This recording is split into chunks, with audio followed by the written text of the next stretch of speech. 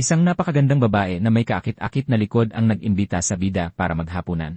Pero sa sandaling humarap siya, ang kanyang mukha ay parang galing sa isang bangungot. Ito ay isang kakaibang mundo kung saan ang bawat nilalang ay nahuhumaling sa ebolusyon. Para manghuli ng mga pukyutan, ang mga palaka ay nag-evolve ng makakapal na balat at mga dilang mas mahaba at mas malakas pa sa mga chameleon. Para maging mas magagaling na mga ngaso, ang mga ibon sa gubat ay nag-evolve pa ng dalawang magkaibang ulo, isa sa ibabaw ng isa. Samantala, ang bida naman ay napunta sa katawan ng isang blob ng slime mold. Maaaring nasa pinakamababang antas siya ng food chain, pero hindi siya kailanman naging mapili sa pagkain. Ang mga natumbang puno at damo sa gilid ng daan ay maaaring maging pagkain niya. Sa ngayon, nakatuon ang kanyang mga mata sa isang kakaibang kabute na hindi kalayuan. Ang isang tao ay malamang na mamatay sa pagkain ng ganoon, pero bilang isang slime mold, sumisigaw ang kanyang instincts na masarap ito.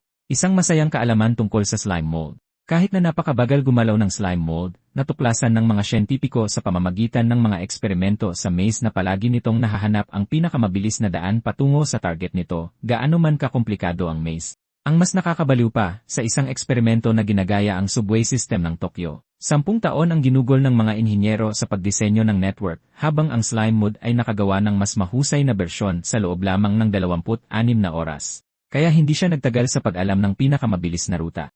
Ngat medyo mabagal pa rin siya, pero sa huli ay narating din niya ang kanyang minamahal.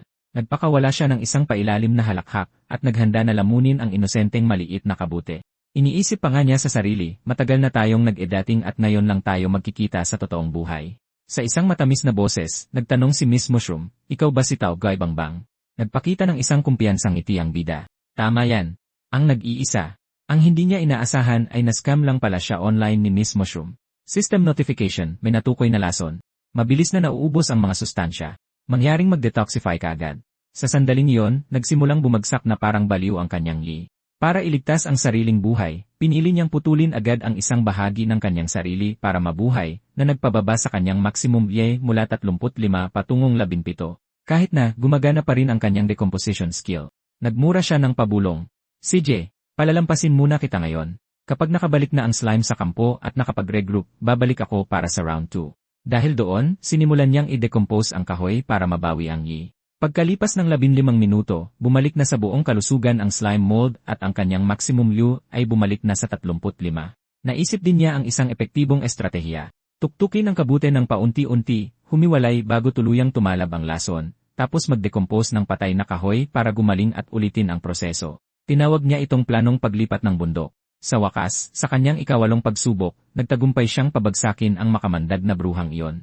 At dahil doon, nagkaroon siya ng bagong stat, Poison Resistance Level 1. Sa itsura nito, ito ay isang attribute na maaaring patuloy na mag-level up. Gayunpaman, medyo nadismaya ang bida. Umaasa siyang ang pagkain sa kabuting ito ay magbibigay sa kanya ng malaking yaso, at itutulak siya diretsyo sa susunod na level.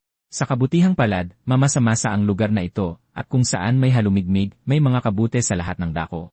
Ang pag-level up ay question na lang ng panahon. Matapos mag-grind ng isang buong oras, hindi lang niya itinaas ang kanyang poison resistance sa level 2, kundi umabot din siya sa level 5. Ang downside ay sa susunod na 24 na oras, hindi na siya bibigyan ng anumang iyas ng mga kabute. Kahit na, wala siyang intensyon na sayangin ang mga kabuting iyon. Inimpake niya ang bawat isa sa mga ito bilang emergency rations. At kung lumalaman ang sitwasyon, maaari pa itong gamitin para protektahan ang sarili. Ito ay halos kaparehong prinsipyo ng mga alimango sa kalikasan na gumagamit ng mga sea anemone para itaboy ang mga pugita. Bigla, isang serye ng nagmamadaling pagaspas ng pakpak ang narinig mula sa itaas. Isang kuyog ng mababangis na carnivorous na putakti ang lumitaw, kasabay ng tahimik na pagdarasal ng bida na hindi siya mapansin ng mga ito. Isang mahabang dila ang biglang pumitik mula sa lupa papunta sa ere, at sinakmal ang isa sa mga putakti sa isang lagok. Ang matapang na kilos na yon ay parang isang deklarasyon ng gyera laban sa buong kuyog. Ngunit ang palaka ay hindi nagpakita ng anumang takot sa harap nila. Mabilis na nagwala ang mga putakti at naglunsad ng isang galit na pag-atake. Ngunit gaano man kalakas ang kanilang pag-atake, hindi nila matibag ang depensa ng palaka. Sa huli, sinamantala ng palaka ang perpektong pagkakataon at gumanti, nilamon silang lahat ng buo. Pero nang akala ng bida ay tapos na, isang malaking bungangang basang-basa sa dugo ang sumugod diretsyo sa palaka. Ito ay isang kakaibang ibon na may dalawang magkaibang ulo. Pagkatapos, nang walang babala, nanliit ang mga mata ng kakaibang ibon at direktang tumutok sa kanya. Sakto noong tinanggap na niya ang kanyang kamatayan at sumuko na sa pagpupumiglas. Sa halip, itinaas ng nilalang ang ulo nito, puno ng paghamak at pag-aalipusta ang mga mata. At iwinasiwas nito ng isang beses ang mga pakpak nitong halos walang balahibo. At ang nakakatakot na bugso ng hangin ay agad na kumitil ng 30 pulye mula sa bida. Kasabay nito, naglaho ang kakaibang ibon sa kadiliman sa ilalim ng liwanag ng buwan. Ang gubat ay mukhang maganda at nakakatakot sa katahimikan, na may paminsan-minsang tunog lamang ng mga insekto sa di kalayuan. Ngunit walang magawa ang bida kundi magtago sa loob ng isang tumpok ng makamandag na kabute at manginig. Dahil matapos obserbahan ang lugar na ito ng ilang sandali, nakumpirma na niya ang isang malupit na katotohanan. Sa ngayon, nasa pinakamababang antas siya ng food chain. Sa kabutihang palad, ang pagiging nasa pinakababa ay isang kakaibang blessing in disguise. Napakalaki ng agwat sa food chain, kaya hindi man lang siya karapat-dapat isama sa menu ng halimaw na yon. Maingat niyang tiningnan ang kanyang kasalukuyang status panel, at ang saya ng pag-angat ng 4 na level sa isang gabi ay agad na naglaho. Sa totoo lang, walang ideya ang bida kung paano mabubuhay ang isang slime mold na tulad niya sa mga darating na araw. Lalo na ang umangat at lumakas. Habang iniisip niya ito, lalo siyang napapagod. Sa puntong iyon, umaasa na lang siyang pagkatapos niyang makatulog, magigising siya at malalamang panaginip lang pala ang lahat. Ngunit bigla, isang patak ng asido ang dahan-dahang dumulas mula sa makamandag na kabute sa itaas ng kanyang ulo at agad na tinamaan ng malaki ang kanyang li. Ang matinding nakakapasong sakit ay gumising sa kanya noon din at kasabay nito, nag-unlock siya ng isang bagong skill. Burst, sa pamamagitan ng mabilis na pag-stimulate sa cytoplasm sa loob ng kanyang katawan at pilitin itong bumulusok sa iisang direksyon ng sabay-sabay, makakalikha siya ng isang malakas na bugso ng momentum. Kasalukuyang cooldown, isang beses bawat 5 minuto. Nang bumalik siya sa lupa at tiningnan ng malapitan, natuklasan niyang ang salarin ay isang suso pala. Pero ang susong ito ay hindi tulad ng mga naalala niya dahil mayroon itong sariling acid skill. Kaya nitong tunawin ang mga kabute at lason ng sabay para ligtas na maubos ang mga ito. Nang makita yon, sumabog sa galit ang bida. Buwisit kang suso. Masama na nga ang pagnanakaw mo sa mga kabut ko nang walang paalam, pinatakan mo pa ng laway ang mukha ko, at halos sirain ang itsura ko. Hindi yan mapapatawad. Bilang tugon sa kanyang pagsigaw, naglabas lang ang suso ng 2 mahinang huni. Nang marinig iyon, inakala ng bida na sinasadya nitong magpaawa at agad na sinabihang itigil na ang pag-arte. Pero sa kanyang pagkagulat, nagsimulang manginig sa takot ang suso at nagbigay ng 2 pang walang magawang maliliit na huni. Sa pagtingin dito ng ganoon, nagsimula na talagang makaramdam ng kaunting awa ang bida. Tutal, pareho lang silang kaawa-awang maliliit na nilalang na nagkukumahog para lang may makain. Masyado na yata siyang naging malupit. Matapos pag-isipan, sa wakas ay nagpasya siyang palampasin na lang ito. Marami namang kabute sa paligid. Hindi naman ako mamamatay kung magbibigay ako ng kaunti. Sige na, kumain ka na. At talagang ibinaba muli ng suso ang ulo nito at nagsimulang humigop. Samantala, lumilipad na ang imahinasyon ng bida.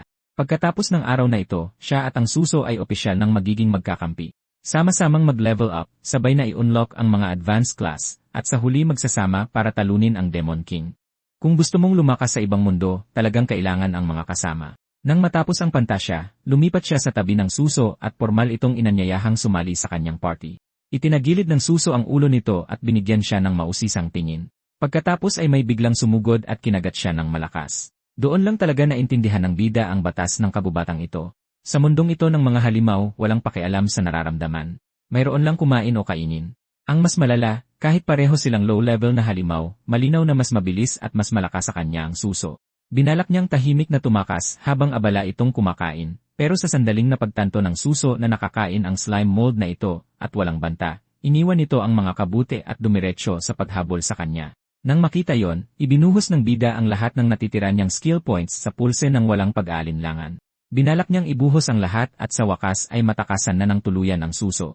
Lumipas lang ang 1 minuto, tapos 3 minuto pa. Tila napagtanto rin ito ng suso. Mahuhuli siya nito sa bilis pa lang, pero kasabay nito, hindi niya rin ito matakasan. Bigla na lang, nagsimulang umikot ng marahas ang leeg nito at nagbuga ito ng maraming asido na parang sandata. Ang resulta ay brutal. 1 beses lang siyang tinamaan at agad bumaba ng 27 puntos ang kanyang li. Kasabay nito, mayroon siyang hindi inaasahang natuklasan. Ang kanyang kamalayan ay otomatikong mananatili sa mas malaking bahagi ng kanyang katawan. Pero sa ngayon, malinaw na hindi ito ang oras para huminto at pag-aralan ang isyong iyon. Nagpakawala ang suso ng sunod-sunod na galit na huni sa kanya, saka ibinagsak ang ulo nito at sinimulang lamunin ng parang baliw ang kanyang katawan. Sabi nga nila, hindi pa huli ang paghihiganti para sa isang kabute. Sinamantala ang sandaling iyon, nagsimulang kumawag-kawag na parang baliw ang bida, desperadong makaalis doon sa lalong madaling panahon. Ngunit sa kanyang pagkagulat, matapos kainin ng suso ang kalahati ng kanyang katawan, tila nagustuhan na nito ang lasa niya, at malinaw na walang balak na pakawalan siya ng ganoon kadali. Tapos biglang may pumasok na ideya sa kanyang isip. Mahigpit niyang ipinulupot ang isa sa kanyang mga galamay sa isang nakalalasong kabute. Agad na inactivate ang bago niyang skill, ang burst, at isinubo ito diretsyo sa malaking bibig na sumusugod sa kanya. Agad ang resulta. Sa isang iglap, nalaso ng suso doon mismo. Naghirap ito sa sakit sandali, pagkatapos ay bumagsak ng malakas sa mismong harapan niya. Kasabay nito, nag-level up siya sa level 6 at nakakuha ng 0.6 skill enhancement points. Agad siyang nakahinga ng maluwag kaya gumana ito. Tulad ng hula niya, mayroon itong matatalim na ngipin, pero pinipilit pa ring tunawin ang mga kabuti gamit ang asido bago kainin. Iisa lang ang ibig sabihin niyan.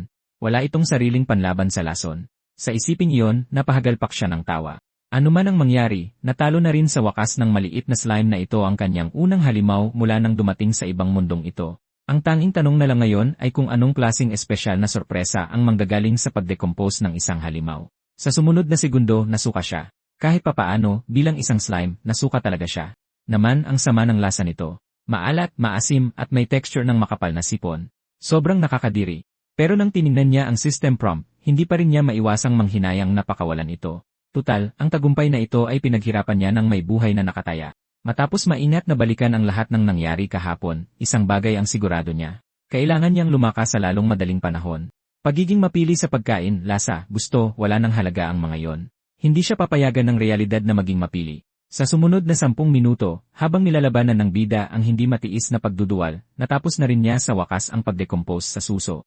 Tumalo ng level niya hanggang level 7, at ang kanyang kondisyon ay ganap na bumalik sa dati. Pinag-aralan niyang mabuti ang system panel. Natitirang skill enhancement points, 1.4. Mga skill na pwedeng i-upgrade, Decomposition level 6, Pulse level 4, Poison resistance level 3, Burst level 1. Pinag-isipan niyang muli, ang Decomposition ay nangangahulugang pagkain. Ang Pulse ay nangangahulugang mabilis na pagtakbo. Ang Poison resistance ay nangangahulugang mas mahusay na pagtanggap ng atake. Ang Burst ay nangangahulugang pabilisin ang kanyang pagtakas. Sa huli, wala siyang magawa kundi mapagtanto na wala siyang kahit isang tunay na attack skill, pero walang saysay ang magreklamo. Isa lang naman siyang slime. Bukod pa rito, sa kasalukuyan niyang lakas, kahit mayroon siyang attack skill, hindi pa rin siya maangahas na galitin ang mga malalakas na halimaw na yon.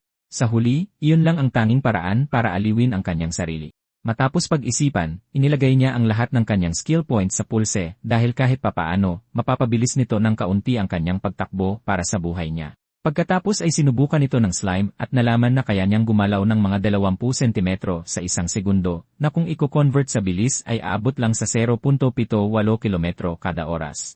Sobrang hina niya pa rin. Mabilis na lumipas ang panahon at makalipas ang isang linggo, lubos na niyang tinanggap ang sining ng pagtatago. Naging ordinaryo lang ang buhay sa linggong iyon, ngunit halos maubos na ang kanyang naipon at sa huli, sapat lang iyon para itaas siya ng 2 level pa. Gayunpaman, halos naintindihan na niya ang lahat ng pangunahing katangian ng kanyang katawang slime. Oras na para maghanap ng bagong base. Matapos magdesisyon, napagpasyahan niyang mag-ipon ng maayos sa huling pagkakataon bago umalis. Exploration skill. Sa pamamagitan ng pagpapatag ng kanyang katawan at pagkakalat nito sa hindi mabilang na maninipis na hibla, kaya niyang maghanap sa maraming direksyon ng sabay-sabay. Kung mas mataas ang kanyang li, mas maraming cytoplasm ang nasa loob niya, at mas malawak ang lugar na maaabot niya. Hindi nagtagal, mabilis na niyang ikinalat ang kanyang katawan sa lahat ng direksyon. Agad na nagpadala ng abiso ang system. Matagumpay na nakakuha ng 3 puting kabute na nakaimbak sa loob ng katawan. Nagpadala muli ng abiso ang system. Matagumpay na nakakuha ng 6 na little grass mushrooms na nakaimbak sa loob ng katawan.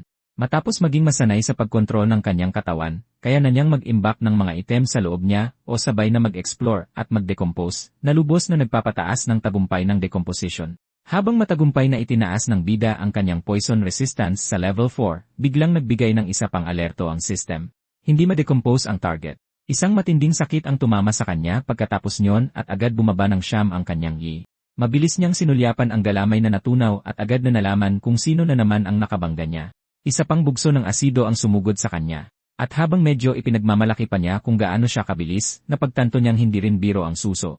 Mukhang may totoong pagkakaiba sa pagitan ng mga individual ng parehong species. Minalas siya. Alam na niya ang kahinaan ng species na ito. Kaya pinili na lang niyang makipagpalitan ng pinsala. At sa huli, ang suso na ito ay napatumba rin ng isang poisonous mushroom counter kill. Ang sumunod ay ang parte na pinakakinainisan ng bida, ang decomposition. Pero ang mga gantimpala mula sa pagdecompose ng mga halimaw at kabute ay napakaganda para tanggihan. Gayunpaman, habang naghahanda siyang umalis, isang mahinang kaluskos ang narinig mula sa damuhan sa unahan. Nang makita niya ang dalawang mahabang antena, akala niya ay isa na namang suso ang lumitaw, pero ang gumapang palabas ay isang makapal na alupihang may talim sa paa, na mas mataas sa kanya ng 4 o 5 beses. Nang mapagtantong masama ang sitwasyon, agad sinubukan ng bida na pabagsakin ito gamit ang isang nakalalasong kabute, pero napanood lang niya na nahati sa dalawa ang kabute sa isang iglap. Pagkatapos ay ginamit ng nilalang ang kanyang signature move, ang 100 leg strangle. Doon niya biglang napagtanto ang isang bagay. Oh, kung sa bagay, hindi pala lahat dito ay kayang-kaya siyang apihin. Bilang isang slime, natural siyang ganap na immune sa mga atakeng may talim. Nang malaman niya iyon, mabilis niyang tinukoy ang uri ng biktima na pinakaangkop niyang tubisin. Sa kasamaang palad, hindi pa rin niya maabot ang mga putakting lumilipad sa itaas, kung hindi ay naging masarap sana silang pagkain. Ganoon pa man, sa pamamagitan ng pagsasamantala sa katangiang iyon, mabilis niyang itinaas ang kanyang level hanggang 13 at kapansin-pansin ang pag-unlad ng lahat ng kanyang mga kasanayan. Ngunit habang nagsisimulang mangarap ang bida na magpatuloy ng ganito, at sa huli ay umakyat sa tuktok ng food chain, isang lawa ang biglang nakita niya. Agad siyang nagpasya na galugarin ang tubig. Tutal, ang tubig ang pinagmumulan ng buhay, kaya tiyak na maraming yaman ang nakatago doon. Ngunit sa sandaling inilubog niya ang bahagi ng kanyang katawan sa tubig, nagsimulang mamaga ng mabilis ang kanyang katawan. Lumabas na bilang isang single-celled na organismo, ang pagbabad sa tubig tabang ay nagdulot ng paglobo ng kanyang katawan. Sa simpleng salita, ito ay issue ng osmotic pressure. Nang mapagtanto yon, wala siyang pagpipilian kundi isuko muna ang kanyang plano sa paggalugad sa ilalim ng tubig. Pagkatapos, bigla na lang, isang higanteng alimango ang lumitaw mula sa tubig. Maingat niyang sinuri ang hugis at anyo nito ng ilang beses. At ang mga alaala ng masarap na laman ng alimango mula sa dati niyang buhay ay agad na pumasok sa kanyang isipan. Matapos kumain ng mga insekto ng napakatagal, naisip niya, sa wakas ay makakakain na rin ako ng totoong pagkain. Dahil sa kaisipang iyon, agad siyang nagpadala sa alimango ng isang napakapalakaibigang hiling ng pakikipagkaibigan. Ang alimango, gayunpaman, ay hindi ganoon kadaling lokohin. Sa halip, umakyat ito sa isang batong haligi sa gitna ng lawa. Habang patuloy na bumubula ang bibig nito, nang makita yon, nagpasya ang bida na huwag nang mag-aksaya pa ng oras dito. Palaging may paraan para harapin ang alimangong iyon, tulad ng pagtunaw ng mga lason na kabute sa likido at pagbuhos ng katas sa lawa. Ngunit sa kanyang pagkagulat, unang umatake ang alimango. Ang bubble water gun ay may napakataas na pressure, at isang putok lang ay bumutas sa kanyang katawan, na nagbawas sa kanya ng 25 yi noon din. Ang sumunod ay isang makapal na sunod-sunod na putok. Sa kabutihang palad, may isang puno na hindi gaanong kalayuan. Kung hindi, tapos na sana siya doon mismo. Habang iniisip niyang maging matyaga at tingnan kung sino ang mas makakatagal sa kanila. Biglang tumalon pabalik sa tubig ang alimango, at agad sumugod sa lupa para ipagpatuloy ang pagtugis sa kanya. At ang bilis ng paggalaw ng 8 paa na iyon ay talagang katawa-tawa, mas mabilis pa kaysa sa kanya o sa suso. Nang mapagtanto kung gaano kalala ang sitwasyon, agad na umakyat ang bida sa puno, umaasang magamit ang taas nito para sa wakas ay mapalayo ang agwat sa pagitan nila ng alimango. Ngunit bago pa man siya makarating sa kalahati, isang higanting gagamba na may makapal na katawan ang humarang sa kanyang daan. Kahit noon, hindi siya nagpanik. Sa kanyang paningin, ang mga insekto ay hindi naiiba sa isang masarap na pagkain. Isang segundo ang lumipas, gayunpaman, tinuruan siya ni Lord Spider kung paano maging isang fungus muli. Nang maramdaman na natagpas ang isang bahagi ng itaas ng kanyang katawan, sa wakas ay napagtanto niya na hindi pala siya immune sa lahat ng uri ng atake na may talim. Spider Monster, Level Skill Display, Swordsmanship Level 8. Noong sandaling iyon, isa pang water shot ang biglang tumama sa kanya at nagbawas ng 17 yi. Nagmamadaling lumingon sa likod ang slime at biglang nanlumo. Lagot. Gagamba sa harap, alimango sa likod. Sa pagkakataong ito, opisyal ng sinuwerte ang kamalasan niya. Gayunpaman, hindi ito ang unang pagkakataon na natagpuan niya ang sarili sa isang sitwasyong walang pag-asa. Sa sumunod na segundo, isa pang bugso ng tubig ang humagibis patungo sa kanya, ngunit sa pagkakataong ito, ginamit niya ang mga natatanging katangian ng kanyang katawan upang mabilis na umilad at patamain ang tira sa halimaw na gagamba sa harap. Isa sa mga paa ng gagamba ay natanggal noon din. Galit na tinitigan ng gagamba ang sugat nito, pagkatapos ay agad na lumingon at sumugod diretsyo sa alimango. Una, nagpakawala ito ng sapot at mabilis na pinigilan ang alimango. Sinubukan itong tapusin ang laban sa isang atake gamit ang Spider Limb Slash.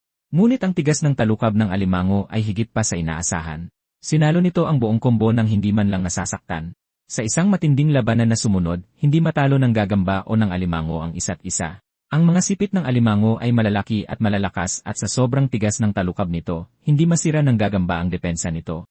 Ang gagamba naman, ginamit ang bilis na higit pa sa alimango para paikutan ito ng may pambihirang liksi. Hindi rin ito masira ang depensa ng alimango, ngunit mayroon itong napakadikit na sapot. Noong akala ng gagamba na sa wakas ay nasukol na nito ang alimango. Nagsimulang dumami ng husto ang mga bula sa bibig ng alimango. Di nagtagal, napuno ang buong bibig nito. Sa sumunod na sandali, isang malakas na pagsabog ng puwersa ang lumabas at ginamit ng alimango ang water gun nito para magpakawala ng walang pinipiling pag-atake. Minamalas ang gagamba at direktang nahiwa sa 3 piraso ng bugso ng tubig. Para naman sa bida, mas maganda lang ng kaunti ang kanyang swerte. Bahagya lang siyang nakaiwas sa kamatayan sa napakaliit na pagkakataon. Sa huli, halos maubos na ng alimango ang tubig sa loob ng sarili nitong katawan. Ngunit mahigpit pa rin itong nakagapos sa sapot ng gagamba. Nang makita yon, maingat niyang pinag-aralan ang labanan at dahan-dahang gumapang papunta sa panig ng alimango. Nang makumpirma niyang ubos na talaga ang lakas ng alimango, hindi niya maiwasang tuyain ito sa kanyang isipan. Putok ka ng putok kung saan-saan, tapos tingnan mo ngayon ang sarili mo. Tuyot na tuyot. Ngunit may isa pang problema na dumating sa kanya. Paano niya nga ba tatapusin ang isang ito? Ang pagpunta sa bibig nito ay parang paglakad diretsyo sa mga sipit nito. Hindi rin gagana ang paggamit ng lason na kabuti dahil kung isasara nito ang bibig, wala siyang paraan para pilitin itong buksan. Ngunit kung hindi niya ito papatayin ngayon, lalo lang lalala ang sitwasyon kapag nakabawi na ito. Pagkatapos ay napatingin siya sa isang bato sa malapit. Agad niyang sinubukang itago ito sa loob ng kanyang slime space, ngunit sinabi lang ng system na walang sapat na espasyo. Doon niya napagtanto na ang laki ng kanyang storage space ay nakatali sa sarili niyang yi. At pagkatapos ng laban na yon, nawalan na siya ng halos kalahati ng kanyang buhay. Bukod pa riyan, sadyang napakalaki ng bato. Kaya ganap niyang tinanggal ang laman ng kanyang storage space. Kahit na naimbak niya ang bato, naapektuhan pa rin ng bigat nito ang bilis ng kanyang paggalaw. Ilang minuto pa ang lumipas at sa ilalim ng nakakakilabot na tingin ng alimango, sa wakas ay tumalon pababa ang bida. Sinubukan pa rin ng alimango na magpumiglas ng husto, ngunit paubos na ang lakas nito. Maging ang lakas ng water gun nito ay malayong malayo na sa dati. Sa isang malakas na kalabog, bumagsak ang bato at sa wakas ay napatay niya ang alimango, na naging nag-iisang nagwagi sa magulong laban na yon. Tumaas ang kanyang level mula 13 hanggang 14 na at nakakuha siya ng 0.5 skill enhancement points. At sa unang pagkakataon mula nang dumating sa mundong ito, sa wakas ay nakakain siya ng isang bagay na normal ang lasa. Ang laman ng paa ng alimango na binalutan ng alige ay sumabog sa pambihirang sarap sa isang kagat. Kung ikukumpara sa lasang panis na biskwit ng kahoy, ang parang sipon na suso, at lahat ng mga insektong may masasamang lasa, ito ay purong langit. Matapos ang isang walang hiyang piging, sa wakas ay bumalik sa dati ang kanyang kondisyon. At ngayon, oras na para umaksyon. Sinimulan ng bida na piliting i-compress ang kanyang katawan gamit ang lahat ng kanyang lakas. At nang malapit na ito sa limitasyon nito, isang maliit na sanaw ng likido ang lumabas mula sa kanyang likuran. Noong una, sinusubukan niyang gayahin ang alimango sa pamamagitan ng pagpilit na ilabas ang likido sa loob ng kanyang katawan bilang isang uri ng atake. Ngunit dahil wala siyang bibig, hindi niya makontrol ang labasan o makagawa ng anumang tunay na lakas. May biglang pumasok sa kanyang isipan at sinubukan niyang gamitin ang burst bilang isang suportang mekanismo. Sa pagkakataong ito, nagtagumpay talaga siyang magpaputok sa malayo at ang burst ay naging cytoplasm shot.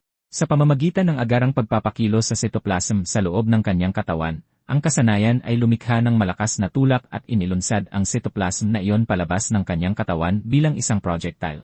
Bukod dito, hindi ito apektado ng 5 minutong cooldown ng burst at maaaring gamitin ng malaya. Pero halata ang kapalit, bawat tira ay kumakain ng sarili niyang yi. Sa puntong ito, medyo naintindihan na niya kung paano gumagana ang kanyang mga skill. Bilang isang slime, wala siyang mahika. Ang cytoplasm sa loob ng kanyang katawan ang mismong gatong niya sa mga laban. Bawat skill na meron siya ay maaari lang ma-develop base sa natural na katangian ng slime. Ibig sabihin ay malamang nakatadhana siyang malayo sa mga magagarbong mahika habang buhay. Medyo nakakalungkot iyon, pero sa ngayon, malinaw ang tunay na daan pasulong. Mag-decompose pa, mag-absorb pa, at patuloy na palakihin ang kanyang katawan. Tapos, isang matapang na ideya ang biglang pumasok sa isip niya. Kung ang pagkain ng mga bagay ay nagpapalaki sa katawan niya, ano kaya ang mangyayari kung kakainin niya ang sarili niyang katawan? Hindi nagtagal at nakahanap siya ng isang piraso ng sarili niya na nahiwa ng spider monster kanina. Pagtingin sa kimpal na yon, kahit siya ay natigilan sandali. Ganoon ba talaga karami ang nahiwa kanina? Habang iniisip iyon, agad niya itong sinimulang bawiin.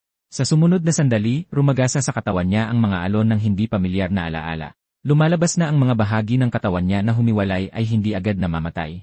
Sa halip, kaya nilang magpatuloy na mag-decompose ng mga bagay-bagay base sa instinct, at kapag nabawi niya sila, makukuha niya lahat ng yasu at yi na naipon nila. Noong oras na naintindihan iyon ng bida, tuwang-tuwa siya.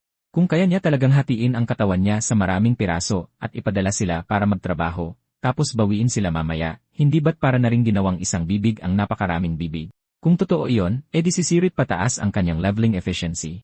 Nang pumasok ang ideyang iyon sa kanya, agad niya itong isinagawa. Pero mabilis niyang natuklasan ang isang limitasyon.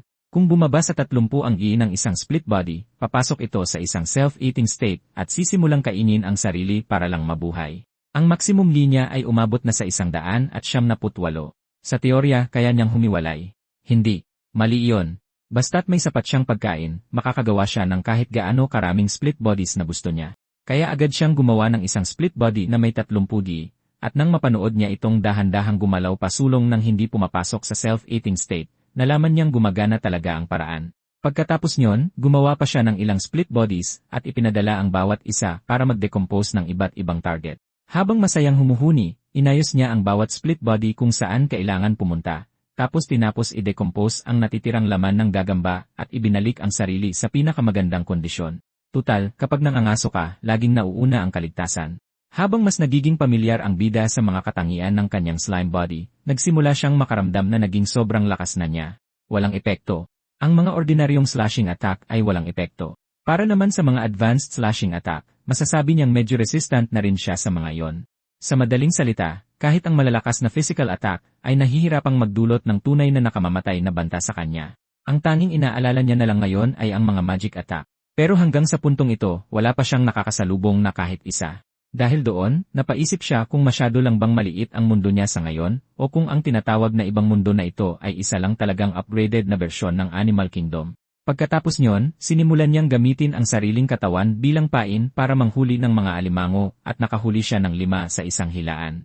Tapos, sa paggamit sa paligid ng isang malaking puno para sa kanyang bentahe, nagawa niya ang isang malinis na 5-kill streak.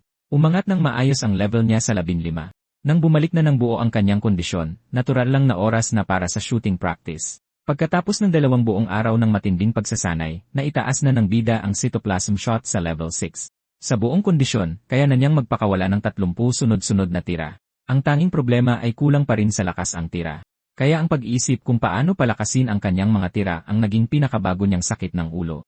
Matapos pag-isipan, nagpasya siyang lagyan ng kaunting anghang ang tira. Kung ibabalot niya ang isang nakalalasong kabute sa tira, kaya niyang lasunin ang target mula sa malayo. Gamit ang parehong lohika, kung magbabalot siya ng bato sa projectile, mapapalakas din niya ang physical damage. Kung titingnan sa ganoong paraan, henyo nga talaga siya.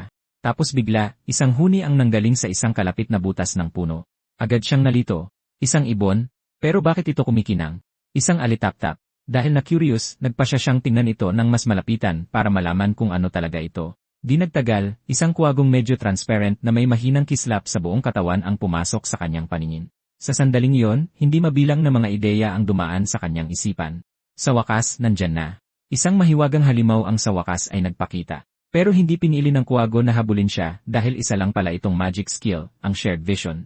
Sa parehong sandali, isang babae sa malayo ang gumagamit ng shared vision para obserbahan ang lahat sa panig na ito. Nagtanong ang lalaki sa tabi niya kung ano ang nahanap niya at kaswal siyang sumagot, wala naman. Isang medyo kakaibang maliit na halimaw lang. Pero kumunot ang noo ng lalaking nakakapwesto sa likod nila, naging kahina-hinala ang tono niya. May mali. Wala tayong nakasalubong ni isang high-level na halimaw sa buong daan. Nang marinig iyon, marahang tinapik ng babae ang sinasakyan sa ilalim niya.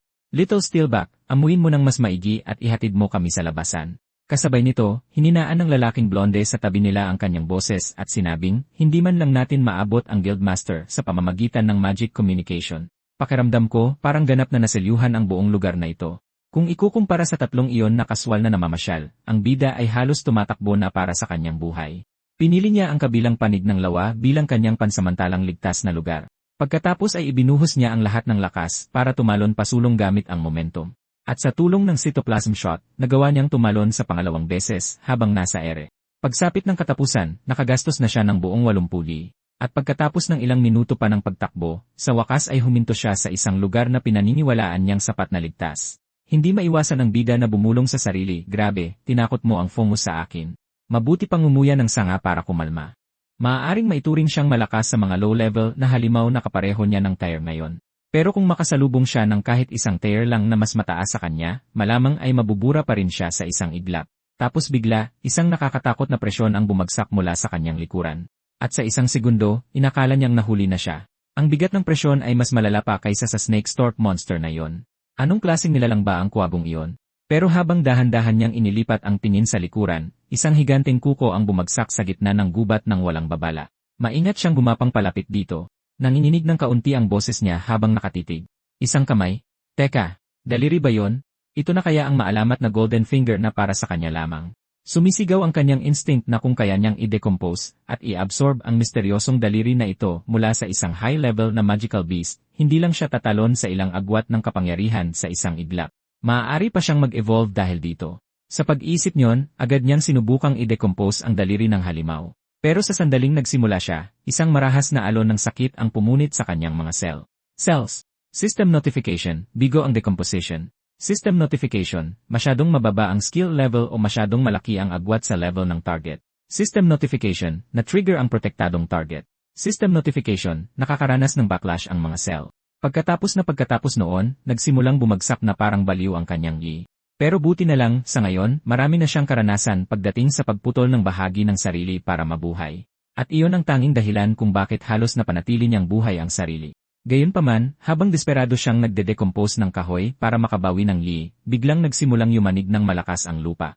Ang lupa na nakasentro sa nakakatakot na daliring iyon ay gumuho sa kinatatayuan nito at mabilis na kumalat palabas. Nataranta ang bida at tumakas muli gamit ang cytoplasm shot, para lamang lumingon at makitang dahan-dahang gumagaling ng kusa ang higanteng bunganga sa likuran niya. Dahil sa tanawing iyon, nanginig ang buong katawan niya mula sa loob at biglang naging mas nakakatakot ang mundo sa labas kaysa dati. Pinilit siyang aminin ang katotohanan sa kanyang sarili. Habang lumalayo siya, lalo siyang lumiliit sa kanyang pakiramdam. Hindi na niya kayang maging mayabang pa. Ang pagtatago, pagde-decompose, at tahimik na pagpapalakas ang tanging landas niya sa ngayon. Ngunit sa ilalim ng lupa, malayo sa kanyang paningin, ang daliring iyon ay dahan-dahang binabalot ng isang bagay na malambot, isang bagay na kamukhang-kamukha ng loob ng isang bibig. At pagkatapos ay lumitaw ang mga hanay ng makakapal ng ngipin, nagsara ng malakas, at dinurog ang daliri. Naisip ng bida na malamang ay nakalayo na siya ng sapat mula sa kuwago. Kaya nagpasya siyang magtayo ng pansamantalang base dito at bumalik bukas para kunin ang kanyang mga split body. Nang makapagpa siya, agad niyang sinimulang i-decompose ang mga nakapaligid na puno, ginawang maliit hanggat maaari ang pasukan, saka pinalapad ang loob mula sa loob.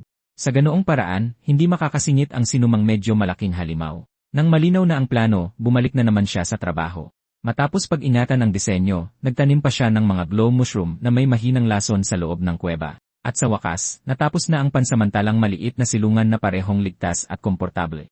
Simple lang ang lohika ng kanyang disenyo. Ang istruktura ay nahahati sa isang totoong silid at isang pekeng silid. Pero nang malapit na siyang mag-enjoy ng sandaling kapayapaan, isang walang katapusang ugong ang nagsimulang bumasag sa kanyang mga nerbiyos. Naiinis, inilabas niya ang kanyang ulo na handang magprotesta sa pampublikong istorbo na ito. Para lang matuklasan na isang malaking pulutong ng mga putakti ang biglang nagtipon sa labas. Agad na isang magandang ideya ang pumasok sa kanyang isip. Ang libreng iyasi na inihatid mismo sa kanyang pintuan ay isang bagay na hindi niya kailanman sasayangin. Sa sumunod na segundo, isa sa mga putakti ang agad niyang napatay. Pagkatapos noon, inilabas pa niya ang kanyang ulo at binati sila ng isang masayang ngiti. Hello dyan sa inyong lahat. Gaya ng inaasahan, sa sandaling napansin siya ng pulutong. Lahat sila ay sumugod na parang baliw sa butas ng puno sa isang malaking bugso. Ang hindi nila alam ay ang bida ay para ng isang bukol ng buhay na malagkit na pandikit ng insekto sa puntong ito. Kaya nang lumipad ang mga putakting iyon sa butas ng puno, para na nilang inihahagis ang kanilang mga sarili sa kanya ng libre. Kahit na hindi niya dinurog silang lahat. Sinasadya niyang pakawalan ang dalawa para maihatid siya pabalik. Hindi nagtagal, malapit sa teritoryo ng pulutong, matagumpay niyang natunton ang lokasyon ng pugad sa pamamagitan ng pagsunod sa dalawang pinakawalang putakti. Ngunit sa kanyang pagkagulat, biglang gumawa ng kakaibang kilos ang dalawang putakti. At sa isang iglap, isang malaking pulutong ang lumitaw sa harap niya na parang isang buhay na ulap. Sa una, inakala niyang ang mga ito ay mga naglalakad lang na yaso. Pero napakarami ng mga putakti kaya tumaas ang temperatura sa paligid na naging sanhi ng pagkamatay ng kanyang mga cell. Sa sobrang taranta, agad siyang nagpaputok ng cytoplasm shot at gumawa ng butas sa pulutong. Para lang harangan ang projectile ng isang kalasag sa sumunod na segundo, isang beeswax shield. At pagkatapos ay iwinasiwas ng putakti sa likod nito ang kalasag at malakas siyang pinalo. Habang nagmamadali niyang inaayos ang kanyang katawan at sinusubukang mag-isip ng paraan para makatakas, biglang hinugot ng isa sa mga putakti ang stinger nito, pagkatapos ay iwinagayway sa hangin at mabilis na bumuo ng isang maliit na magic circle. Pinagana ang mahika, ipinatawag ang pulutong. Sa sumunod na sandali, isa na namang makapal na bugso ng mga putakti ang tuluyang pumalibot sa kanya muli. Noon lang niya lubos na naunawaan ang mga uri sa loob ng pulutong na ito. Mga putakting manggagawa, mga putakting bantay, at mga putakting mage. Mga halimaw na kayang mag-evolve at gumamit din ng mahika. Sa isang utos mula sa putakting mage, ang buong pulutong ay naglunsad ng isang galit na pag-atake laban sa kanya. Limitado ang cytoplasm shot ng kanyang sariling Li, pero iniwan niya ang halos buong katawan niya sa malaking puno na nagpahintulot sa kanya na patuloy na mag-regenerate habang patuloy na nagpapaputok sa pulutong. Hindi rin tanga ang pulutong. Nang makita nila kung gaano kabangis ang kanyang mga pag-atake, agad silang nagpalit ng taktika at ipinadala ang mga putakting bantay sa harap. At ang kanyang mga ordinaryong cytoplasm shot ay hindi kayang sirain ang kanilang depensa. Gusto niyang gumamit ng mga bato para palakasin ang atake, pero sa ngayon, iisang bato na lang ang natitira sa kanyang imbakan. Gayunpaman, maaaring may talino ang mga putakting ito, pero malinaw na wala silang karanasan sa pakikipag-ugnayan sa isang nilalang na tulad niya. Lumipad pa sila ng malapitan, sinusubukang saksakin siya hanggang mamatay. Para sa bida, iyon ay parang regalo, dahil habang wala siyang bala, ang padalos-dalos na kilos na iyon ay agad na nagbigay sa kanya ng 4 na sibat ng putakti at isang stinger ng putakti. Kung hindi lang limitado ang kanyang imbakan, mas marami pa sana siyang nakuha. Sa sumunod na segundo, isang pinahusay na cytoplasm shot ang sumabog at tumagos ng diretsyo sa parehong beeswax shield at sa putakting bantay sa likod nito. Nataranta agad ang putakting mage at dali-daling nag-utos ng pag-atras, pero suminghal lang siya ng malamig. Umatras? Kaya ngayon alam mo na kung gaano kapanganib ang fungus na ito. Pero sa sumunod na sandali, itinaas muli ng putakting mage ang stinger nito. Isang bukol ng pulot ang dahan-dahang nagsimulang mag-ipon sa hangin, at habang tinititigan niya ito ng may sakim na interes, isang hibla ng apoy ang biglang nagpaapoy sa pulot. Pangsimulang mahika, Sparkcast. Ang isang tama lang na iyon ay nagpabagsak sa kanyang yi ng 70. Nang makitang gumana ang atake, agad na pinabilis ng putakting mage ang spellcasting nito. Kaya niyang patuloy na mag-decompose ng kahoy para gumaling, pero ang fire magic ay isang direktang hard counter sa kanya at ang pulot ay mayroon ding splash effect. Walang paraan para manalo siya sa laban na ito. Kung gusto niyang mabuhay, kailangan niyang tumakbo. Gayunpaman, nang sa wakas ay makahanap ng butas ang bida at naghanda na maglunsad ng isang patagong pag-atake, ang putakting mage, na pamilyar na sa lahat ng kanyang mga pattern ng pag-atake matapos ang naunang sagupaan, ay nagkaroon ng 2 putakting bantay na pinalakas ang kanilang sarili ng mahika at sabay na hinarang ang tama. Sa huli, nabigo pa rin ang kanyang atake na tumagos sa dobleng patong na beeswax shield. Nang makita yon, pakiramdam niya ay may 1-0-0-0 herbivore na nagtatakbuhan sa loob ng kanyang ulo. Kaya pa nilang i-buff ang isa't isa. Ang daya naman yan. Para palalain pa ang sitwasyon, ang putakting mage ay walang kahit anong sense of sportsmanship at agad na ginamit muli ang swarm summon. Di nagtagal, isang grupo ng mga putakting bilog ang tiyan na kumikinang sa mahinang liwanag ang dahan-dahang gumapang palabas ng pugad, mga putakting nagpapasabog. At tulad ng ipinahihiwatig ng kanilang pangalan, ang ginawa nila ay talagang nakakabaliw. Diretso silang lumipad sa kanya at pinasabog ang kanilang mga sarili nang walang kahit katiting na pag-aalinlangan. Nakita ng putakti na hindi pa rin siya namatay at bumagsak lang ng awkward sa isang sanga ng puno. Kaya agad na nagbigay ng isa pang utos ang putakting mage. 2 putakting manggagawa ang sumugod ng walang pag-aalinlangan at nilagari ng diretsyo ang sanga. Pagkatapos noon, dumagsa ang hindi mabilang na mga putakting nagpapasabog at pinalibutan siyang muli. Kasabay nito, mabilis na ginamit muli ng putakting mage ang beginner magic, Sparkcast. Sa sumunod na sandali, ang 2 nakamamatay na ataking iyon ay sabay na bumagsak sa kanya, determinadong pasabugin siya hanggang maging abo. Pero nang sa wakas ay nagsimulang humupa ang makapal na usok, maingat na sinuri ng putakting mage ang sunog na bukol sa lupa. Hindi pa rin ito nakaramdam ng kaligtasan at agad na inutusan ang mga putakting bantay na mahigpit na bantayan ang paligid. Pagkatapos, bigla na lang bumalatay ang takot sa mukha nito. Sa puntong iyon, ang bida ay tahimik nang nakalusot sa ilalim ng pugad. Dahil sa ilang nagkalat na putakting manggagawa na lang ang naiwan sa malapit, wala nang paraan para mapigilan pa siya. Ang totoo ay mula pa sa simula, habang ang maliit na fungus na ito ay iniuunat ang kanyang katawan sa puno para mag-decompose at magpalakas. Lihim din siyang umabot ng mas malalim pa, gumagawa ng isang nakatagong daanan patungo sa kanilang pugad. Pagkatapos, nang makorner siya ng pulutong sa likod ng puno, sinunog niya ang halos lahat ng kanyang AC para gumawa ng isang split body at gamitin itong pain. Gaya ng inaasahan, itinuon ng pulutong ang lahat ng kanilang atake sa split body na iyon habang pumasok siya sa tunel at tahimik na inilipat ang sarili sa pugad. Sa sandaling bahagya niyang nahawakan ang pugad, ginamit niya agad ang kanyang exploration skill nang walang pag-aalinlangan. At sa isang iglap lang, nakumpleto na niya ang kanyang paglusob sa buong loob ng pugad. Ang mga silid-imbakan ng pagkain, ang mainit-init na nursery kung saan pinalalaki ang mga uod, ang mga reserbang pulot na punong-puno. At sa wakas, sa loob ng isang malaking bukas na silid, natagpuan niya ang lokasyon ng reyna ng pugad, ang reynang putakti. Nang magmadaling bumalik ang kawan, huli na ang lahat. Matagumpay na nabihag ng bida ang kanilang reyna, huwag kayong gumalaw. Nasa mga kamay ko na ngayon ang inyong reyna. Ngunit sa kanyang pagkagulat, hindi man lang natakot ang reynang putakti at sa halip ay direktang nag-utos sa kawan. Nang marinig ng salamangkerong putakti ang utos ng reyna, agad din itong nagbigay ng utos na sumalakay. Nang makita iyon, nanlamig ang kanyang mga mata at agad niyang naunawaan na wala ng puwang para sa negosasyon. Sa sumunod na saglit, dinurog niya ang ulo ng reynang putakti na sumabog sa pinagpira-pirasong laman. Sa eksaktong sandaling iyon, ang bawat miyembro sa kawan ay tumugon na parang tinamaan ng kidlat. Lahat sila ay bumagsak sa lupa at nagsimulang mangisay ng hindi mapigilan. Walang katapusang mga abiso ng Ieyasu ang bumaha sa kanyang paningin, at tumalon ang kanyang level mula 15 diretsyo sa 17. Sa simula, inakala niyang maaari pa siyang makipag-usap sa kanila kahit papaano.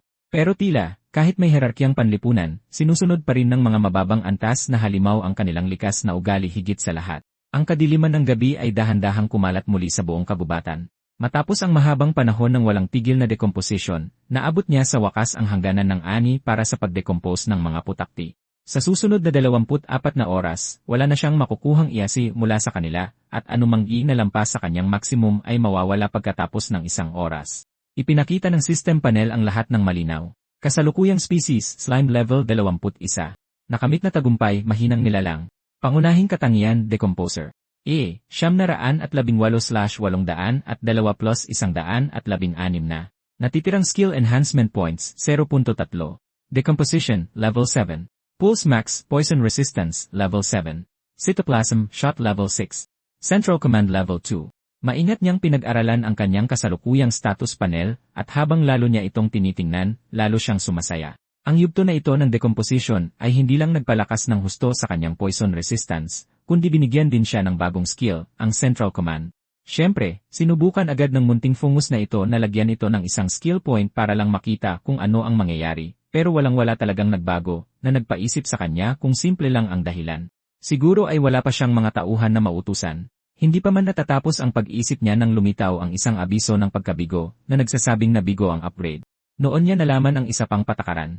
Mula ngayon, hindi na pwedeng i-level up ang decomposition gamit ang mga skill point at lalago na lamang ito sa pamamagitan ng kasanayan. Noong una, gusto niya sanang i-max ito para mag-specialize sa paglilinis ng mga bangkay, pero tila hindi maaaring i-upgrade ang mga racial skill sa ganoong paraan. Dahil wala na ang opsyong iyon, ang natitira na lang na gawin ay i-max out muna ang pulse.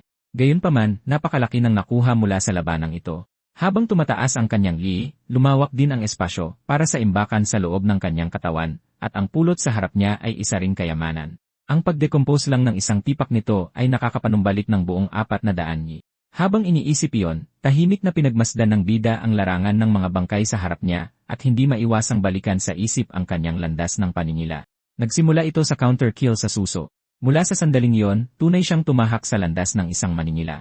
Mga insekto, gagamba, alimango, at ngayon itong buong pugad ng mga putakti. Habang lalo niya itong iniisip, lalo niyang naramdaman na para siyang isang sumisikat na kontrabida. Gayunpaman, mabilis niyang inayos muli ang kanyang pag-isip. Siguro dahil tao pa rin ang pundasyon ng kanyang pag-isip, kaya patuloy siyang nakakaramdam ng bahagyang pagkakasala. Ngunit sa isang mundong tulad nito, wala na talaga siyang pagpipilian. Dito, kung hindi ka ang mangangaso, ikaw ang biktima. Nilalamon ng malakas ang mahina. Ang pinakamatatag ang nabubuhay at iyon ang pinakapangunahing batas ng kalikasan. Kung gusto mong mabuhay sa ibang mundong ito, hindi opsyonal ang pangangaso at pagdecompose. Iyon na lamang ang tanging landas na natitira para sa kanya. Ang material na katotohanan ang humuhubog sa isipan. Kaya bago ang lahat, ang kaligtasan muna. Nang maisip niya ito ng ganoon, muling bumuhos ang pananabik sa bida. Dahil sa susunod, sa wakas ay babawiin na niya ang mga split body na ipinadala niya noong umaga. At sa totoo lang, sabik na sabik siyang malaman kung anong uri ng sorpresa ang maaaring maiuwi ng mga ito. Pagkatapos, habang naglalakbay, bigla siyang naakit sa isang maliwanag na apoy sa di kalayuan. Ang una niyang naisip ay halos kaagad-agad, mga tao. Tutal, ang bukas na apoy ay karaniwang isa sa mga pinakamalinaw na senyales ng aktibidad ng tao. At tama nga, may mga tao talaga malapit sa apoy. 3 sa kanila ang nakaupo doon at nag-uusap. Nakahiga si Cole sa lupa habang nagtatanong siya. Nya, hindi ka ba talaga nag-aalala na matusok ka ng mga tinik na yon kung sasandal ka sa baboy na yan? Marahang hinaplos niya ang balahibo ng kanyang sinasakyan at sumagot, ayos lang.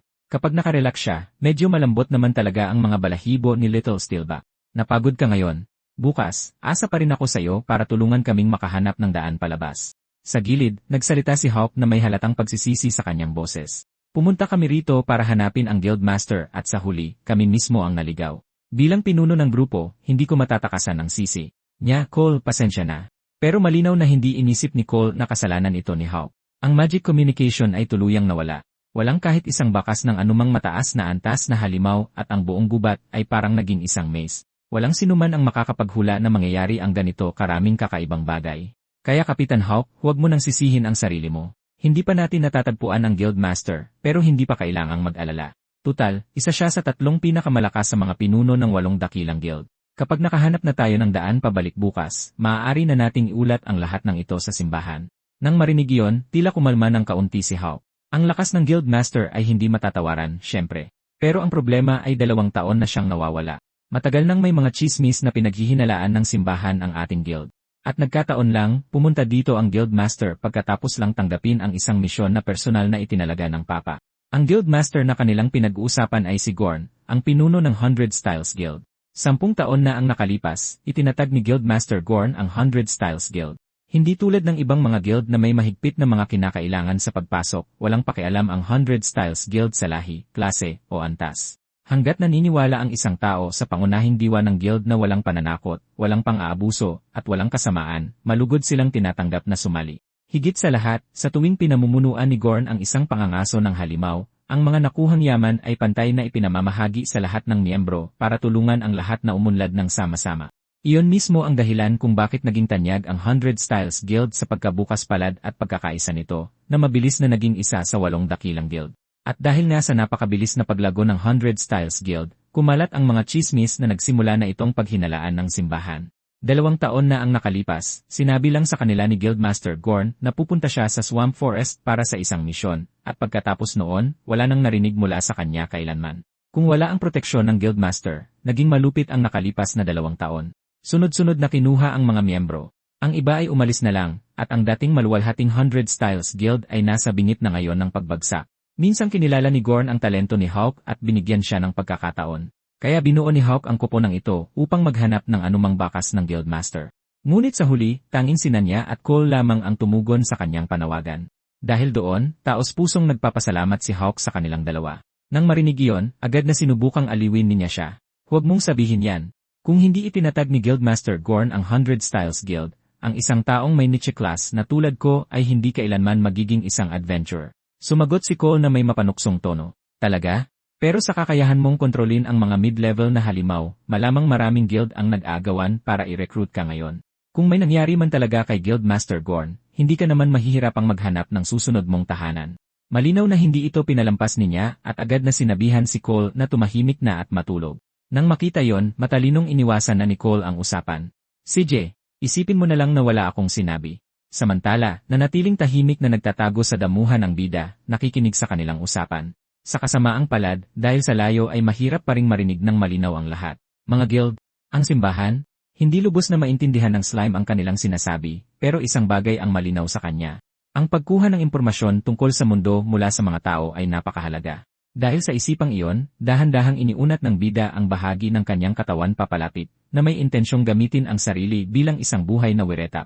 Pero sa kanyang pagkagulat, halos hindi pa siya nakakalapit ng kaunti ay agad na siyang napansin ni Cole. May halimaw. Sa sumunod na segundo, ginamit ni Cole ang ice spike at isang malaking yelo ang sumulpot mula sa lupa at direktang tumusok sa split body ng slime. Ang mas malala pa, ang epekto ng mahika ay patuloy na kumakalat mula sa split body na iyon patungo sa pangunahing katawan ng bida. Nang marinig nila yon, parehong napatayo si Nanya at Hawk at naging alerto, sinusuri ang paligid. Pero si Cole ay nanatiling tamad na nakahiga sa lupa, sinasabihan silang huwag mag-alala dahil naasikaso na ang halimaw. Pagkatapos ay lumapit si Little Steelback sa split body at inamoy ito bago durugin pareho ito at ang ice spike sa isang kagat. Sa ilalim ng napakalakas na puwersa ng paghila, maging ang pangunahing katawan ng slime ay nahila palabas ng damuhan ni Little Steelback. Sa pagkakataong ito, inakala ng bida na katapusan na niya. Pinigilan niya ang kanyang alaga, si Little Steelback, at iniligtas ang kanyang munting buhay fungus noon din. Bahagya siyang yumuko at sinabi kay Little Steelback, huwag papatay ng walang dahilan. Isa lang itong maliit na halimaw na napadaan. Hindi ito mapanganib kaya bitawan mo na. Habang nagsasalita, dinampot niya ang slime sa kanyang kamay at biglang naging kakaibang malambing ang buong paligid. Tinignan niya ang slime na nakapatong sa kanyang palad at nakaramdam ng kakaibang pamilyaridad na parabang nakita na niya ito dati. Kaya't marahan siyang nagtanong, "Maliit na halimaw, gusto mo bang gumawa ng monster contract sa akin?" Nang marinig iyon, sobrang naantig ang bida, na halos matunaw siya sa kinatatayuan niya. Wala siyang ideya kung bakit magkakagusto ang isang babae sa isang slime. Pero sa sandaling iyon, sa totoo lang ay pakiramdam niya isa siyang anghel. Nagsimula pa siyang gustuhing maging alaga nito. Nang makita yon, mabilis na sumingit si Hawk para kumbinsihin siya. Huwag kang maglaro sa mga ganitong bagay. Kailangan pa nating humanap ng daan palabas bukas. Hindi ito ang oras para mangolekta ng mga halimaw at hindi na kailangang mag-aksaya ng mana sa isang mababang antas na halimaw tulad ng slime. Nang marinig yon, agad na tumutol ang slime, "Isa akong slime mold, hindi isang slime." Pero sa kanyang pagkagulat, hindi nila marinig ni isang salita na sinusubukang sabihin ng slime mold. Ibinalik na lang niya ang kanyang kamay at dahan-dahan siyang inilagay pabalik sa lupa. Pagkatapos, biglang nagkaroon ng ideya ang bida. Kung hindi siya makapagsalita, maaari niyang gamitin ang mga espesyal na katangian ng kanyang katawan para direktang ipaintindi sa kanila ang gusto niyang sabihin. Sa ilalim ng bahagyang pagkamangha ng dalawang tao, pinilipit ng slime mold ang kanyang katawan at binuo ang salitang hello. Sa totoo lang, inakala niyang sapat na yon para ipakita sa kanila na isa siyang matalinong nilalang. Sa halip, hindi pala sila marunong magbasa ng Chinese. Inakala pa nilang tumatay siya at ang mas malala pa, taos-puso pa siyang pinuri para doon. Matapos marinig iyon, tuluyang natigilan ang slime mold. Kasabay nito, lubos niyang napagtanto na hindi naintindihan ng mga tao sa mundong ito ang Chinese. Kahit labag sa kanyang kalooban, pinili pa rin ng bida na umalis. Kung mananatili pa siya, malaki ang sansa na mapagkamalan siyang isang kakaibang halimaw at mapatay doon din. Kahit papaano ngayon, nakumpirma ng slime mold ang isang mahalagang bagay. May mga tao nga sa mundong ito, pero ang kanilang wika ay ibang-iba. Kaya iniwan niya ang grupo at bumalik sa kabilang panig ng ilog. Bagamat ang nakakatakot na mahiwagang kuwago ay nananatili pa rin sa likod ng kanyang isipan. Ang magagawa lang niya ay umasa na hindi niya muling makakatagpo ang bagay na yon. Sa sumunod na segundo, biglang nagulat ang katawan ng bida at kusa na lang na-activate ang Central Command. Dahil sa skill, ang kanyang mga pandama ay naging parang radar na nagpapahintulot sa kanya na bahagyang matukoy kung nasaan ang kanyang mga split body. Ito rin ang unang pagkakataon na tunay na naunawaan ng slime mold kung ano talaga ang ginagawa ng Central Command. At habang papalapit siya, ang kanyang persepsyon sa mga split body ay lalong lumilinaw. Hindi nagtagal, isang kumpol ng slime mold na higit sa 1-0 beses na mas malaki kaysa sa kanyang pangunahing katawan ang lumitaw sa kanyang harapan. Sa sandaling nabawi ng slime mold ang split body na yon, mabilis na nanumbalik ang kanyang yi. Ang kanyang poison resistance ay tumaas sa level 8 at ang kanyang pangkalahatang level ay umakyat sa 22. Pagkatapos noon, sinimulan ng bida na hanapin ang pangalawang split body. Pero bigla na lang humina ang signal. Pagkatapos ay nakita niya ang isang pamilyar na anyo.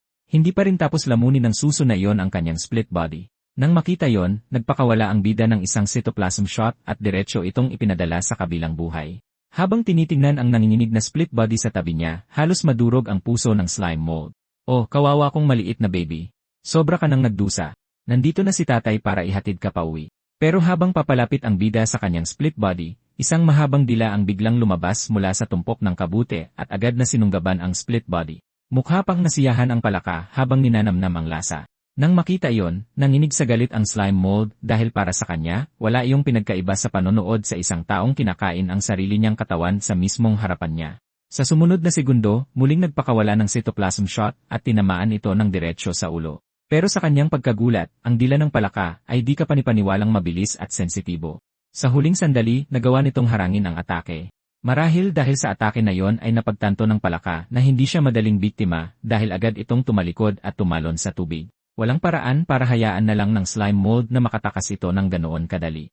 3 pang cytoplasm shot ang sumunod agad dito. Pero habang pinapanood niya ang mga bato na lumubog sa tubig, sumidhi ang pagkadismaya ng bida dahil napagtanto niyang wala talaga siyang magandang paraan para harapin ang nilalang na iyon sa ngayon. Pero sa sandaling iyon, biglang lumundag muli ang palaka mula sa tubig. Nang makita yon, agad na natuwa ang bida. "Kaya lumabas ka ulit." "Tama. Ang mga palaka ay amphibian at kailangan ng hangin. Kung ganoon, tingnan natin kung paano katatakbo ngayon." Pero sa kanyang pagkagulat, hindi pala umahon ang palaka para huminga. Bumalik ito para manghuli ng slime. Gayunpaman, malinaw na minaliit nito ang kasalukuyang bilis ng pag-iwas ng bida at sa halip ay binigyan nito ang slime ng perpektong pagkakataon para gumanti. Tumama ang bato sa ulo ng palaka at sumabog ang dugo. Samantala, ginamit ng bida ang mga natatanging katangian ng kanyang katawan para gumawa ng isang bagay na parang galing sa Spider-Man.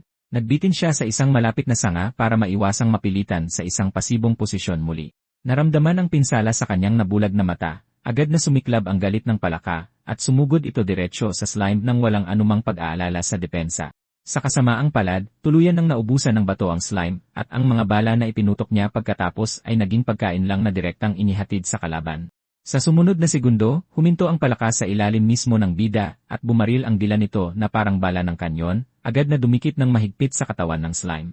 Gayunpaman, habang sila at ang bida ay naghihilahan ng marahas, nagsimulang lumagutok ang sanga sa itaas dahil sa hindi na makayanang bigat. Hindi nagtagal, tuluyan nang umabot sa hangganan ang sanga. Malapit nang lulunin ng buo ang slime. Biglang nagkaroon ng ideya ang bida at marahas na pinilipit ang sanga na nakakapit sa dulo ng kanyang katawan. Ginamit ang puwersang iyon para diretsong basagin ang bungo ng palaka sa isang malupit na atake. Habang pinapanood ang katawan ng palaka na mabilis na bumagsak at lumagapak sa tubig, sa wakas ay nakahinga ng maluwag ang slime. Gayunpaman, nanghihinayang ang bida na wala siyang paraan para pumunta sa ilalim ng tubig at i-decompose ang palaka. Dalawang nakakatakot na ilaw ang biglang lumitaw sa ilalim ng ibabaw na may mansa ng dugo. Sa isang iglap, isang uri ng atake ang sumabog sa isang katlo ng katawan ng slime at hindi doon huminto ang puwersa. Nagawa pa nitong putulin sa gitna ang puno sa likod niya. Kakayahan, banal na pagbagsak.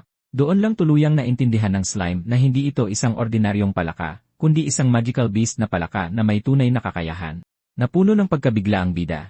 Anong klaseng kabaliwan ito? Sa sumunod na segundo, tumulo ang dugo mula sa malakristal na mata ng palaka, at nagkristal ito sa ere, nagpakawala ng sapat na lakas para mabasag ang isang buong puno sa isang hampas. Nang makita yon, hindi nag-atubili ang slime kahit isang segundo at agad na naging parang si Spider-Man, tumaka sa kabubatan sa pinakamabilis na paraan. Ang isang matalinong fungus ay hindi pumapasok sa dehadong palitan. Ang pagkain ng snake stork sa naunang palaka sa isang kagat ay malinaw na nagdulot sa akin na maliitin ang species na ito. Maaari kayang isa na naman itong kaso ng pagkakaiba ng kakayahan sa pagitan ng mga individual. Habang iniisip niya yon, lumingon ang bida at napagtanto na ang palaka ay nakalundag na pala sa likuran niya. Lumalabas na ginaya ng palaka ang gimmick ng slime at ginagamit ang dila nito para mabilis na gumalaw sa kabubatan. Bigla, pinindot ng palaka ang sarili nitong mata at isa pang madugong latigo ang humagupit. Isang hampas lang ay nagbawas na ng 100 at 99 sa bida at ang dugo ay may dalang nakamamatay na lason pa. Kahit ang level 8 na poison resistance ng slime ay hindi ito kinaya. Sa isang iglap, muling bumagsak sa kanya ang latigo ng dila. At sa pagkakataong ito, hindi nakailag ang bida at diretsong tumilapon sa tubig. Noong una, lihim siyang nagmamayabang, iniisip na hindi naman gaanong masakit sa kanya ang mga pisikal na atake.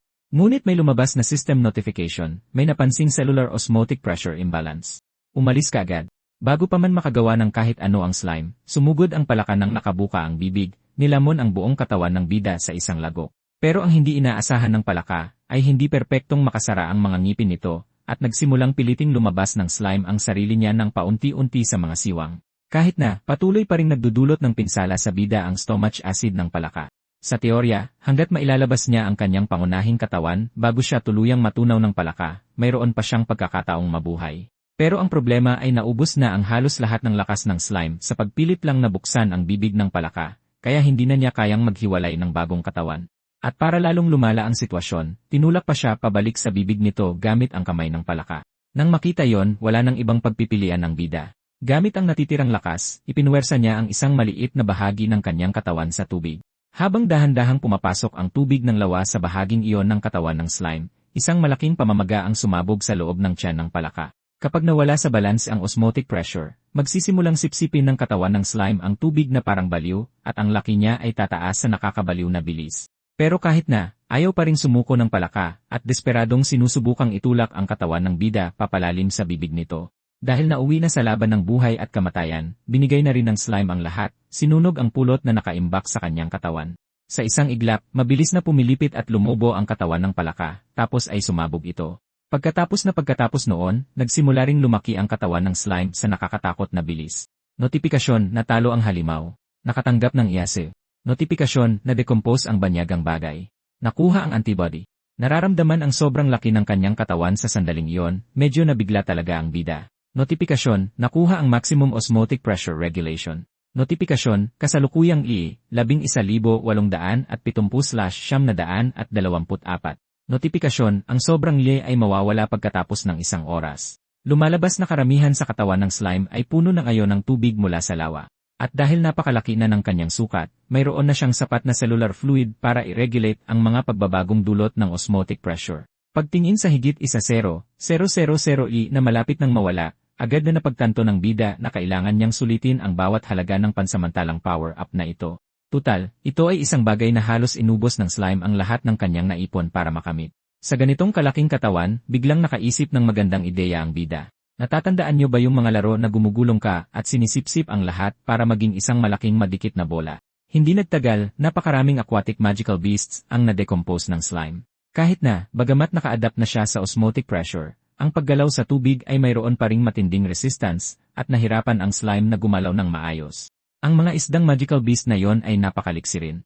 Kaya pa ring mahuli ng bida ang ilan sa kanila dahil sa kanyang napakalaking sukat, pero hindi sulit na mag-aksaya ng oras dito. Pagkatapos pag-isipan, nagpa siya ang slime na pumunta sa lupa at doon na lang manghuli kung saan man gumulong ang kanyang katawan. Wala kahit isang talim ng damo ang natira. Pagkatapos, dalawang parang beaver na magical beast na katatapos lang manghuli ng isda ang biglang lumitaw sa harap ng bida. Binati pa sila ng slime ng magiliw. Kamusta? Sa sumunod na segundo, nilamon ng buo ng slime ang dalawang beaver beast. Gayunpaman, hindi naman sila talaga kinain ng bida. Kinuha lang niya ang isda na nahuli nila. Marami namang yaman sa paligid, kaya hindi na kailangang patayin ang lahat ng makita. Maaaring palampasin muna ang mga cute na magical beast. Siguro iyon na ang huling patunay na may dala pa ring kaluluwa ng tao ang slime na ito sa loob niya. Pagkatapos noon, isang squirrel ang pumasok sa paningin ng bida. Pero hindi tulad ng dalawang beaver beast kanina, malinaw na may seryosong lakas sa pag-atake ang isang ito. Ilang bolang apoy ang sumabog, at kung sinubukan itong saluhin ng slime 1 oras na ang nakalipas, malamang na namatay siya agad. Kawawa naman ang squirrel, dahil ang kasalukuyang slime ay may nakakatakot na 1,0,000 I. Sa sumunod na segundo, tuluyang dinurog ng bida ang squirrel. Nang muling lumitaw ang anyo nito, isang tuyong kalansay na lang ang natira. Sa ibang bahagi ng gubat, isang parang butiking magical beast ang biglang tumilapon. At ang nagpatilapon dito ay isang kakaibang puno. At ang higanteng butiki ay nagpakawala ng isang mababang dagundong mula sa lalamunan nito at malakas na itinapak ang paa sa lupa. Isang daloy ng asido ang bumaril diretsyo sa gitna ng kakaibang puno. Mabilis na natunaw ang panlabas na balat ng puno, inilalantad ang isang bagay na nakatago sa loob, isang masa na kamukhang-kamukha ng isang slime. Sa isang iglap, bumaril palabas ang slime na yon at bumagsak sa isa pang puno ng basswood. Agad-agad pagkatapos, nagsimulang magbago at lumaki ang basswood. Nang makita ito, ibinaba ng higanteng butiki ang katawan nito sa isang charging stance, inactivate ang savage charge, at sumugod diretsyo sa nagbagong anyong basswood. Pero ang mga sanga ay gumalaw na parang mga nababaluktot na sibat, patuloy na hinaharang ang pagsugod ng higanteng butiki. Bigla, 2 sanga ang sumulpot mula sa lupa at tumusok diretsyo sa mga braso ng higanteng butiki. Kasabay nito, mabilis na namukadkad ang mga purong puting bulaklak mula sa mga sanga. Ngunit mula sa gitna ng bawat bulaklak ay sumibol ang mga nakakadiring makalamang dalamay. Sa sandaling nagkatitigan ang higanteng butiki at ang gitna ng mga bulaklak, nagsimulang mamaga ang mga bilugang piraso ng laman sa loob ng mga mata nito. At sa sumunod na segundo, sumabog. Kahit na, hindi nabawasan ni Katiting ang diwa ng pakikipaglaban ng higanteng butiki.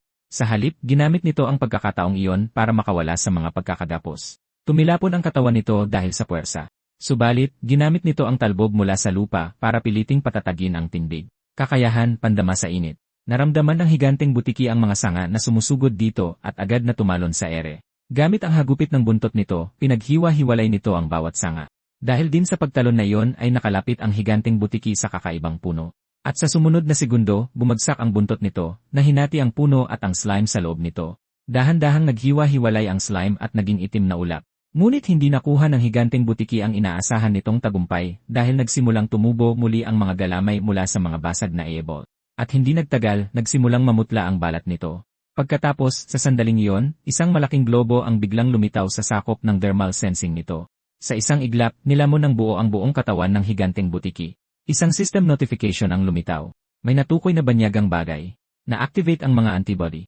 Agad na napuno ng pagkalito ang bida. Parang may ganito rin sa dugo ng impostor noong huli. Ano ba talaga itong banyagang bagay na ito?